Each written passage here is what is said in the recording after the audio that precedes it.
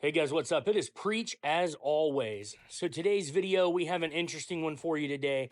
The gameplay is going to be using the XRK Stalker, and that is because we are going to be discussing why it is my favorite sniper that we have had in Call of Duty in years. So before we jump into that content, you guys already know what to do. If you guys enjoy this video, smash that like button.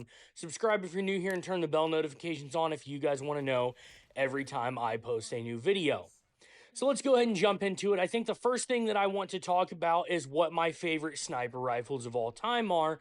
And that's going to cause us in this conversation to go back to the roots of when I began sniping. Now, I played with the snipers in older Call of Duties in maps that I felt like it was necessary. And I was really just playing for my KD back in like BO1, BO2, games like that. So I played each map with the gun that felt like it would do the best on the map. And occasionally, like I'd get in that tower on Array on BO1 and snipe out of it, go, 12 and 2, have a 6.0 KD for the map and be happy with it. But then I got to where I like to have more fun, move around more, rush more, and play COD for more than just my KD. And the game became a lot more fun, but I really didn't use snipers at all for years after that.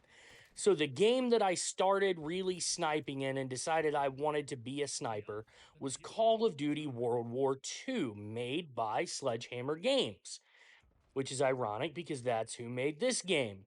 And in that game, the uh, Car 98K was unbelievably OP at the beginning of the year, but the Springfield was actually my favorite sniper to use in that game because it was just an absolute nail driver. It was accurate. It was going to slam people. You weren't surviving if I shot you with that gun. So even though it was a little slower than the car, it was pretty much guaranteed kills, and it was my favorite gun in that game.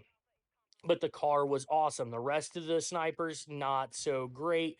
We did have a few DLC snipers that turned out to be really good, but the Springfield was still always my favorite. So then we moved over to BO4. And in BO4 is where we find my favorite sniper of all time in Call of Duty for me. And this is because, again, I didn't play with the OG Intervention. I didn't play with the OG Barrett. I didn't play with those guns because I wasn't sniping then. So for me, the Paladin in BO4 was it. That gun was awesome. And maybe it's because the camos in that game. I used that plasma drive camo. It was amazing.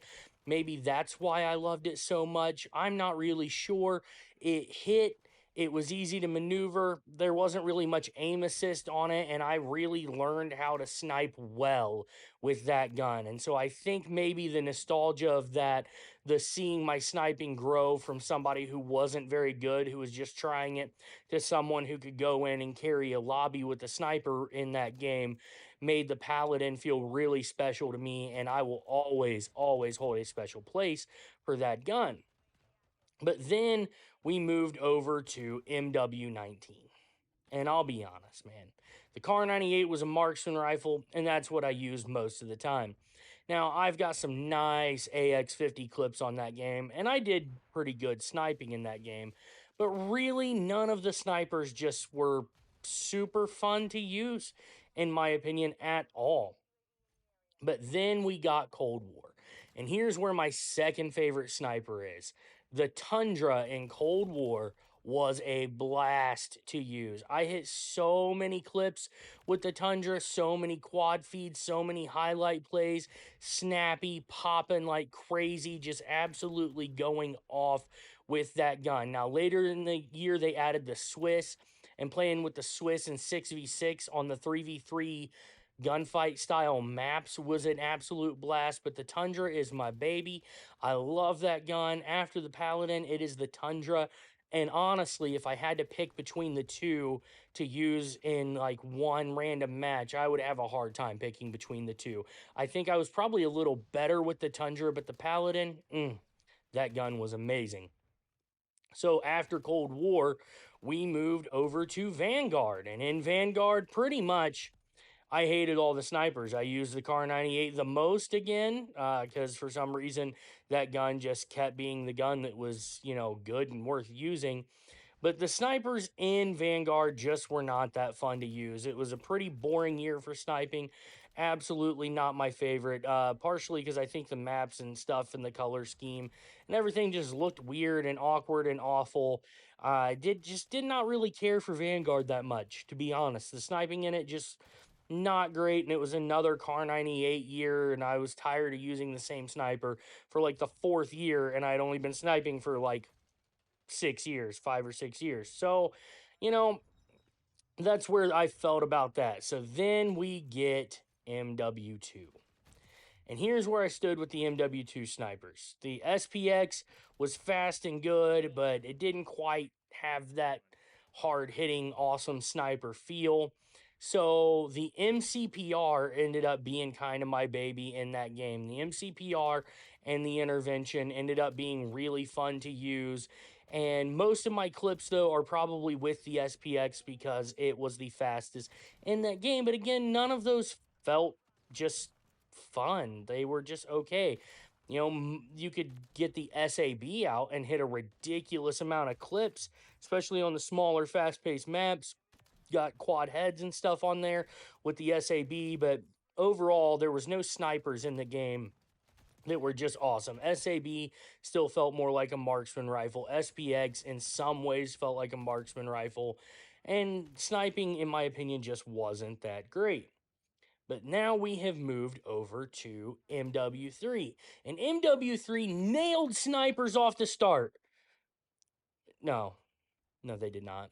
No, actually, the longbow is certainly not a sniper. That thing has 30 round magazine, and it it feels like a marksman rifle. It's way too fast. It's actually kind of crazy. It's absurd. We ever get a shipment playlist again, though, guarantee you I'm gonna have a longbow class set up for it because that's just the best way to snipe around that map. But that's not really a sniper. The KV feels weird, but I have always been weirded out by semi-auto snipers.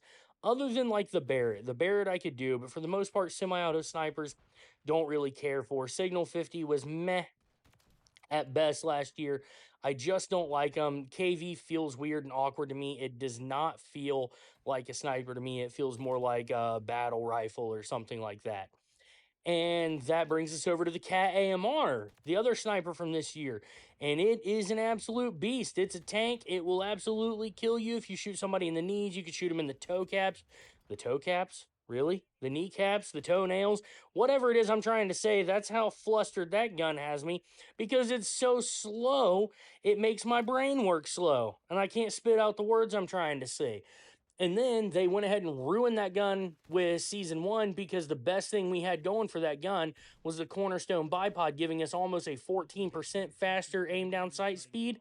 And they took out that bipod for season one.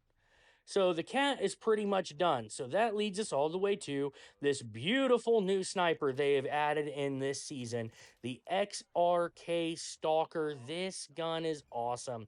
Look at this variant that is beautiful. Looks like something out of the movie Tron.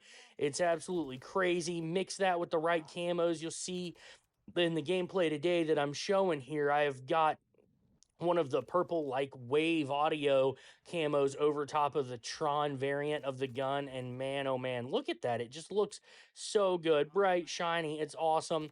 It's snappy. It's fast. It's powerful. It's not near as fast as the longbow. It's not near as powerful as the cat, but it is that perfect balanced sniper rifle that we have been asking for.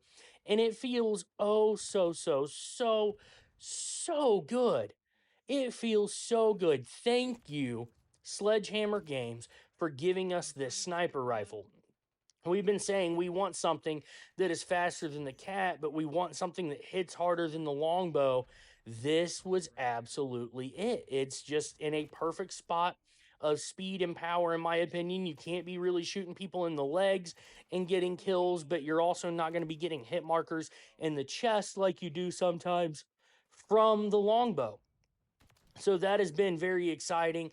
I also think it's just a good looking sniper, not just with the variant that I have and the camo that I have on it, but the base version of the gun looks good.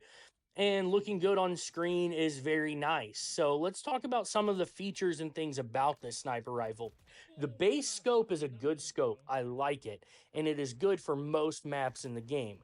But playing Meat, trying to grind some of these levels out, trying to learn this map, trying to have some faster gameplay and stuff to show you guys for these videos, I found that that scope was a little too zoomed in for some of the fights that you end up in.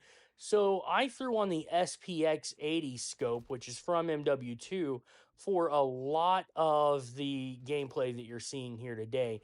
And that scope is very good on this gun. If you bought the variant, the Tron variant we were talking about for this map, the scope that is on that is absolutely perfect. So I highly recommend it. But there are things that I have learned through using this gun, such as it's not the best at long range, and I am sure that if you put like high velocity rounds on it or something, it would be, but it seems you have some definite damage drop off where at long enough ranges I am getting hit markers kind of to the mid torso area that you wouldn't be getting, say, on this map, for instance. So I never really get them on Meat, but I have had those hit markers on other maps using it. Which brings me to, since we've been talking a lot about the transition over to season one, the maps in season one that we have gotten so far, the two that we got with Grease and with Meat, Meat is a pretty fun map sometimes. But here's something I've noticed is a problem, and Shipment has this problem too, is that on Meat, there's so many people running around with Riot Shield and Knife and combos like that. And then people like, and this is because of camo grinding, I'm sure, but also people just being trolly on a small map. You have people like sitting on a corner spraying an LMG just at nothing, just at an open doorway. That way, when someone does spawn up and come through there, they're just instantly dead. And that's a pretty cheesy play style, in my opinion. It's a low skill play style. I'm not a fan of it. And you run into that a lot on this map. Also, on this map, the Dom spawns are pretty good. Hardpoint spawns seem all over the place. It's hard to track hardpoint spawns. Feels like you're holding the hill and the enemy team is all just spawning right on top of you. Like, I literally pop a 5-piece on the back car hill on this map and am still in gunfights after actively popping a 5-piece.